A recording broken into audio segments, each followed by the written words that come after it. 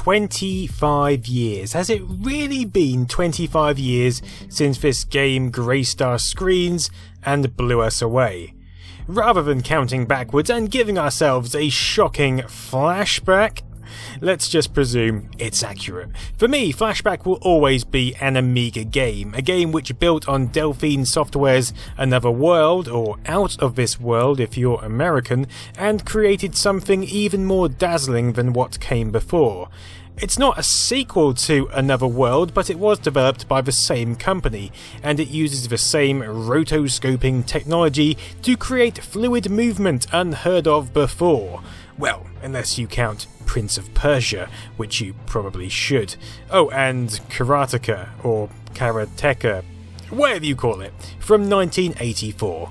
So, after Flashback, or Flashback The Quest for Identity, as it was known in the States, we had Fade to Black, the 1995 sequel which transported Flashback from its secure platforming roots into the world of third-person 3D. It was okay, but nowhere near as compelling as the original. And since then, well, all has been quite quiet. I mean, there was this thing by Ubisoft, but let's just forget about that for now. So, just like Another World, it's time for the 25th anniversary celebration. And how do we celebrate these things? Yes, that's right, a release on contemporary platforms, or just the Nintendo Switch in this case, with new dazzling effects and a selection of physical tat to go along with it. And so it is that I have the Flashback 25th Anniversary Collector's Edition on the Nintendo Switch, brought to us by Microids, who you may know for developing the Siberia series of games. The action-adventure classic is back to celebrate its 25th anniversary. It's what I've spent the last 25 years waiting for. No, truly. Inside are 3 items. First we'll look at the collector's manual. I do miss a good manual, and this one serves up all it's supposed to. I mean, it's not up to the standard of this Mega Drive one, but it has a contents table, introduction, controls with example illustrations. But wait a second, those are just scanned from the original SNES manual, and scanned quite badly as well. This doesn't bode well. I mean, there's a nice section showing each level design, which reminds me of gaming magazines and guides from back in the day, and even some sprites slung in the back. But it all feels a little rushed and really not worthy of a collector's edition title.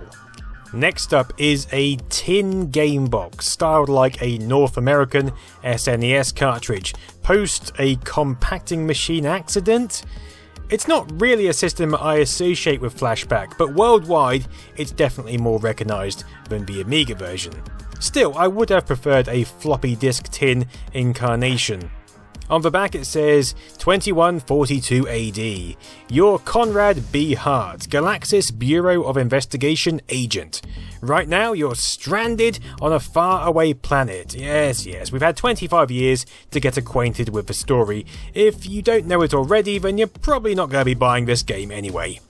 Inside is one of those metal collector's cards, which serve very little purpose. I swear, if these things were about during the metal shortage of World War II, they'd be the first to go. If I had card number 1 of 40,000, I might be a little more cheery, but as it stands, 8,071 just doesn't do it for me. Plus I bent it trying to wedge it back into the case, which brings us onto another box, the standard box, wrapped in cellophane when there's really no need, and containing both the game card and a code for the remastered soundtrack, which you're listening to right now.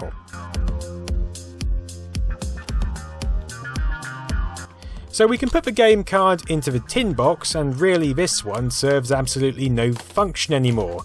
And then we can slip the manual in here too. Oh no, we can't. The manual is too big. It's too big to fit in either box, as it happens. Actually, on that note, the game card itself doesn't even fit properly in this tin either. It just rolls straight back out again. Whoever was in charge of dimensions on this thing was either thicker than a blancmange or has never seen a ruler in his or her life. This really is subpar. So I guess we'll just have to stuff all this back in the outer sleeve for storage, which kind of does away with the idea of the tin. We might as well chuck it on a bonfire. Good work, guys. I'm so glad I spent £35 on this. I swear the attention to detail has just fallen off a cliff since the 90s. Still, at least we can play to the strengths of modern times. It's a glorious day, so I can take the Switch outside and play in the garden. That's if I can see anything on this screen, because there's another thing, apparently lost to the 90s, anti-glare screens. So whilst I wait for an anti-glare screen protector to arrive, we'll have to game in the dingy bedroom. I suppose that, in any case, is a fitting tribute to 90s gaming.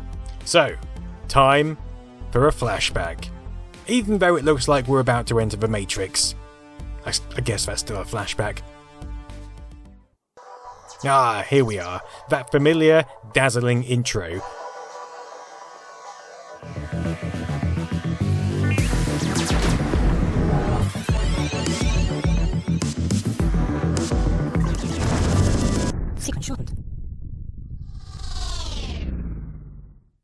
From there we get a title screen offering access to the game and various options, which we'll get to in a second.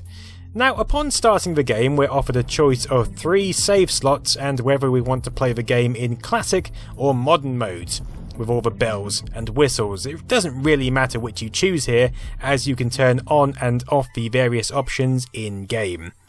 And here we are, in that beautiful jungle landscape.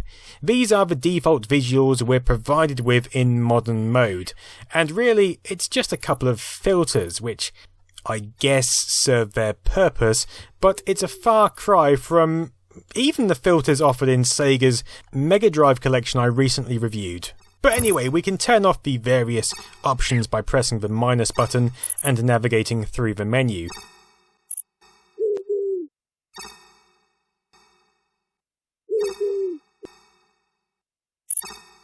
You can see with everything turned off, it looks pretty identical to the original, whether we're talking Amiga, Super Nintendo, Mega Drive or PC. They've got their own quirks, but it's all much of a muchness. Although we're now gifted a slightly wider perspective.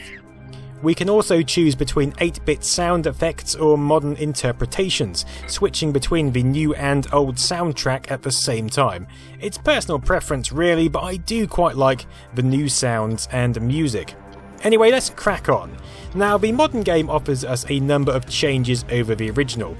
The first you'll encounter are these tutorial boxes, which you'll probably end up turning off.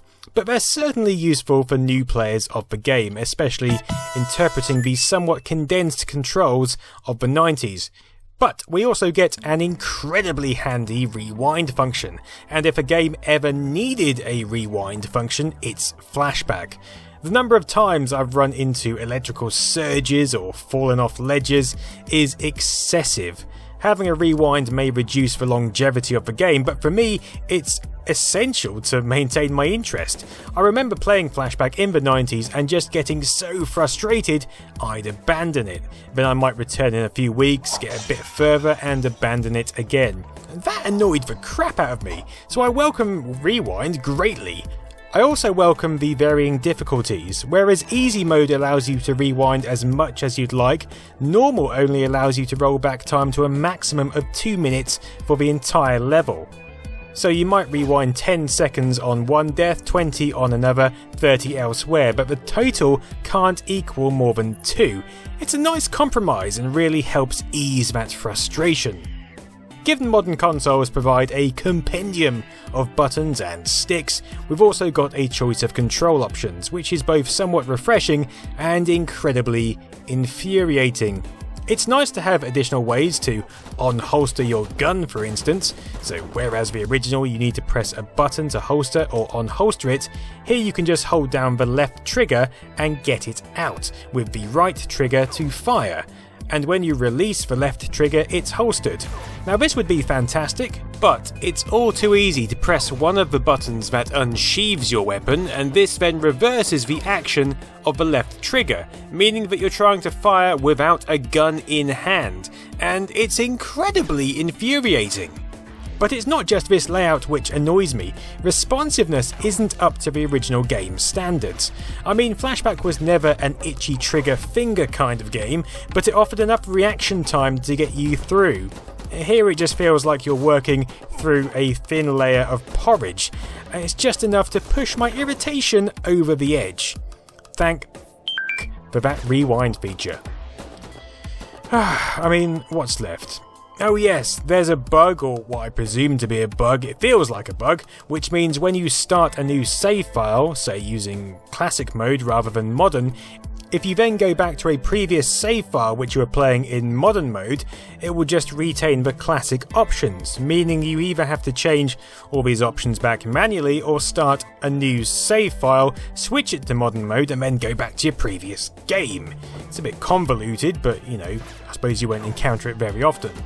But despite all these issues, I enjoyed playing Flashback, which really is a testament to the quality of the game more than anything else. It's essentially a cyberpunk take on another world, which fuses Total Recall, Blade Runner, and The Running Man into one glorious two-dimensional landscape. And even though after the jungle the game seemingly takes on the form of a work simulator for a bit, it's still incredibly playable and a true classic. But for me, what made this game such a classic at the time was how it felt it was really pushing the limits of technology.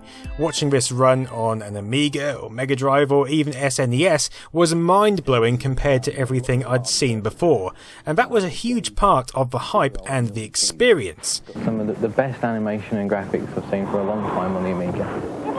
In modern times, this really isn't a game which pushes the limits of a console such as the Switch, and for that reason it loses that magic it had at the time, that dazzling incredulity that formed the essence of Flashback in 1992. Wait a minute, 1992? That was 26 years ago, not 25. Oh, I see, that's why this isn't a fake SNES cartridge, because it's based on the SNES version from 1993. It kind of makes sense, given this release is only available on the Nintendo Switch. Although some of the colorings and intro sequence suggest it's more based on the PC version than the actual original SNES incarnation. But given its exclusivity, it's really a shame that this particular incarnation doesn't retain some of the quality standards which have made Nintendo releases so sought after over the years.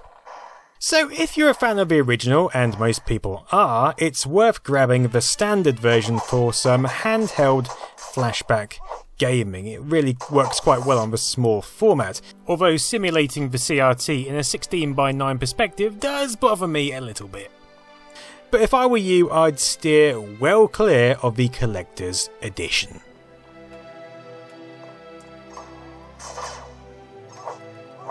Thanks for watching this review of the Flashback Collector's Edition. If you fancy joining me for some Twitch gaming, please click on the icon here and join me over there for a new schedule I'm rolling out this week. There's also the normal buttons you can click. In any case, thanks for watching again, and have a great evening.